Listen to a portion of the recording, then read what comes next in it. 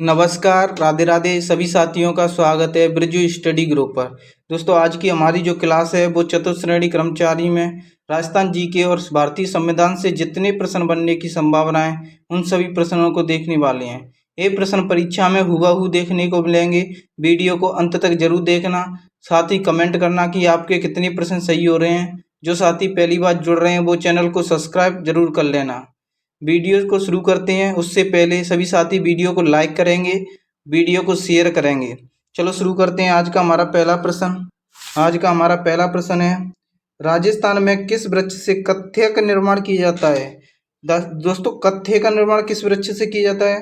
खेजड़ी से, खीर से, पलास, दौक। इसका सही आंसर रहेगा खीर के वृक्ष से कत्थे का निर्माण किया जाता है। ऑप्शन बी इसका सही आंसर है।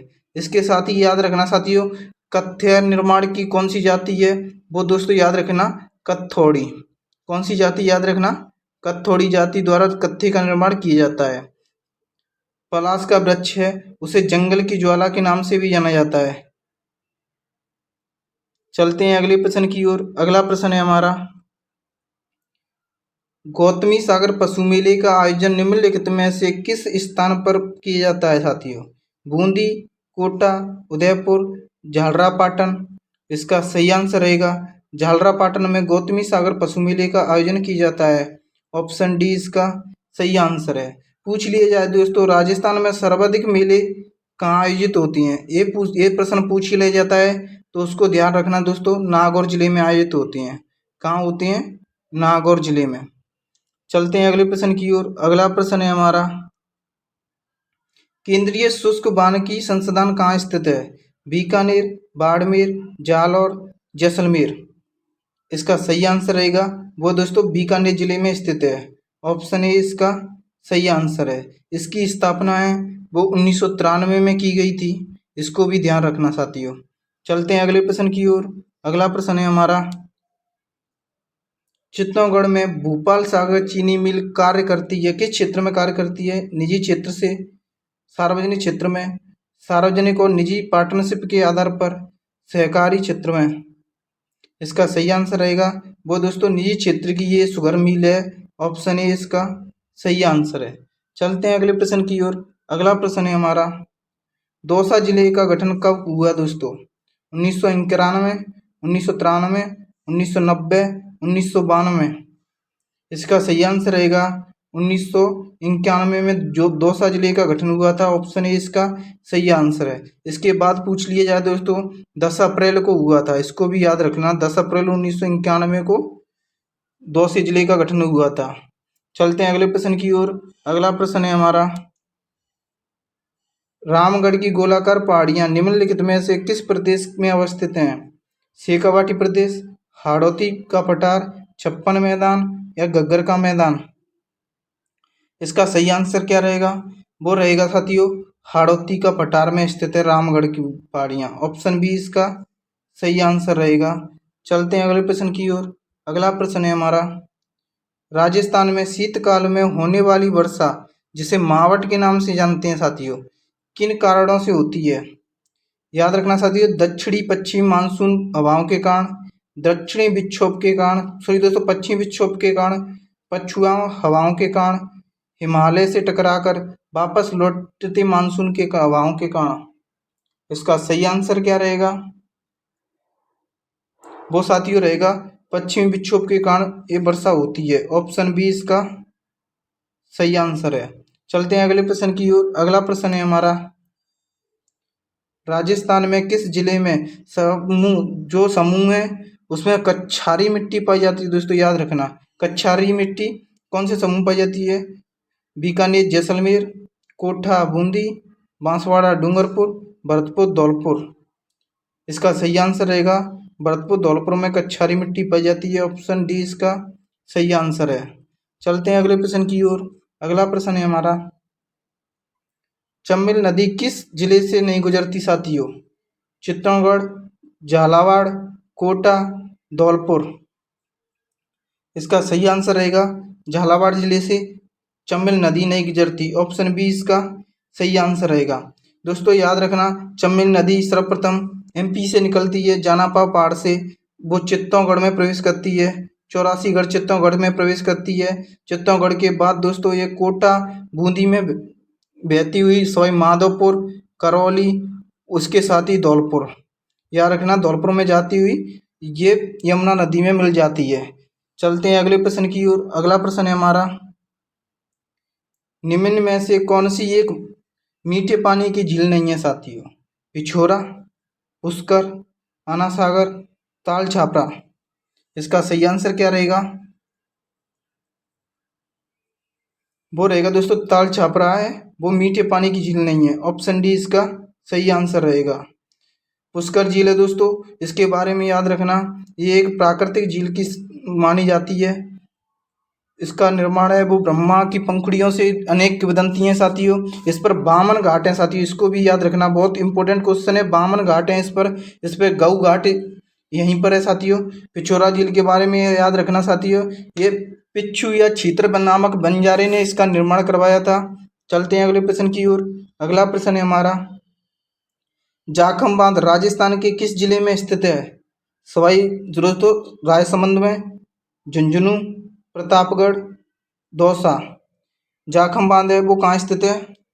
इंपोर्टेंट लगा लेना साथियों इस क्वेश्चन पर।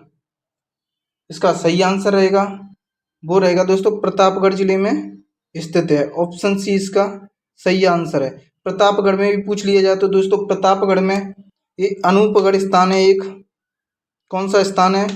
अनूपगढ़ या अनूपपुरा दोस्तों, अनूपपुरा गांव है, उस गांव में जाखम बांध स्थित है। जाखम बांध राजस्थान का सबसे ऊंचा बांध है दोस्तों। इसे इंपॉर्टेंट क्वेश्चन ये है साथियों, राजस्थान का सबसे ऊंचा बांध पूछ लिया जाए कौन सा है, वो दोस्तों जाखम बांध, जिसकी ऊंचाई है 81 मीटर, याद रखना साथियों। चलते हैं अगले प्रश्न की ओर। अगला प्रश्न है हमारा, राजस्थान की परिवहन वृहद जो सिंचाई परियोजना है वो किस जिले में स्थित है? धौलपुर, झालावाड़, चित्तौड़गढ़, कोटा। इसका सही आंसर रहेगा झालावाड़ जिले में परिवहन वृहद सिंचाई परियोजना स्थित है। ऑप्शन बी इसका सही आंसर रहेगा। चलते हैं अगले प्रश्न की ओर। अगला प्रश्न है हमारा, जायका राजस्थान के किस क्षेत्र में कार्य करता है? मरु क्षेत्रीय खाद्यान्न प्रसंस्करण, जल क्षेत्र आजीविका सुधार, गैर परंपरागत ऊर्जा स्रोत, सत्ताकार पर्यटन क्षेत्र में। सत्ताकार पर्यटन क्षेत्र में साथियों। इसका सही आंसर रहेगा जायका है वो जल क्षेत्र आजीविका सुधार में कार्य करता है। ऑप्शन बी इसका सही आंसर रहेगा। चलते हैं अगले प्रश्न की ओर। अगला प्रश्न है हमारा, कौन से राष्ट्रीय उद्यान या अभ्यारण्य को विश्व प्राकृतिक धरोहर के नाम से जाना जाता है? कौन सा है जिसे विश्व प्राकृतिक धरोहर में शामिल किया गया?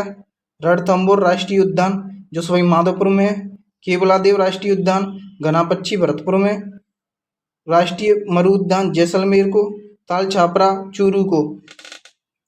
इसका सही आंसर रहेगा वो रहेगा साथियों केवलादेव राष्ट्रीय उद्यान भरतपुर को किया गया है प्राकृतिक धरोहर सूची में शामिल। ऑप्शन बी इसका सही आंसर रहेगा। चलते हैं अगले प्रश्न की ओर।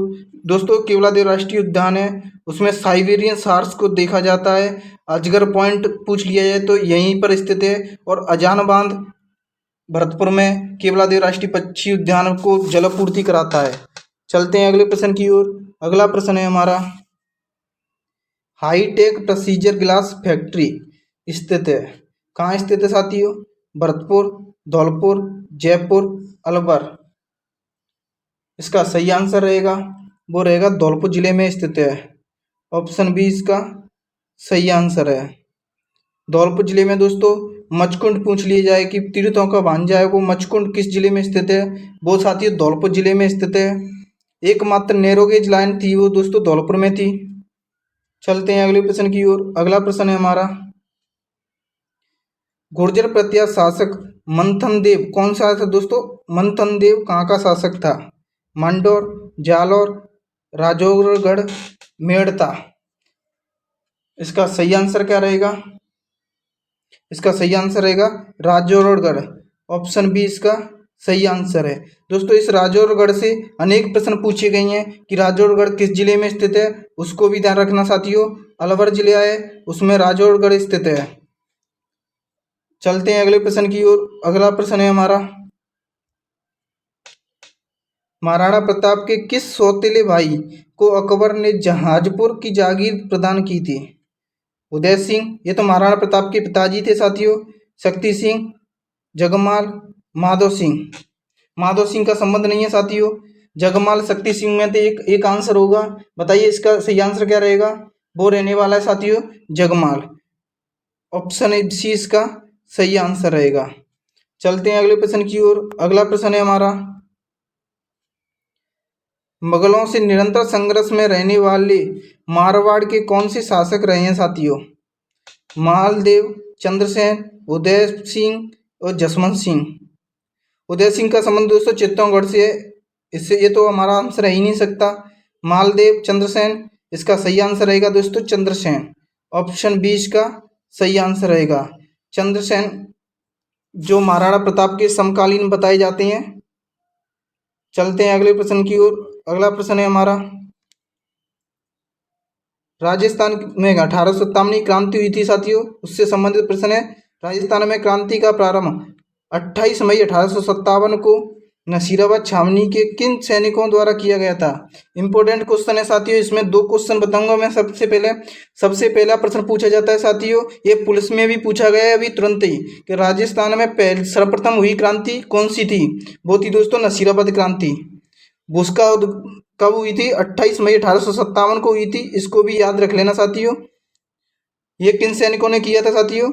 Rajputana rifles, Bengal native infantry, Gorkha rifles, क्यूमेंस रेजिमेंट, कुमायूं रेजिमेंट है साथियों। इसका सही आंसर रहेगा वो रहेगा दोस्तों बंगाल इन्फेंट्री द्वारा की गई थी। ऑप्शन बी इसका सही आंसर रहेगा। इसके साथ ही इसको याद रखना साथियों, यहाँ पर दोस्तों सर्वप्रथम क्रांति हुई थी, यहाँ पर क्रांति करने वाला था वो था दोस्तों गुलाम सिंह। इसको भी याद रख लेना।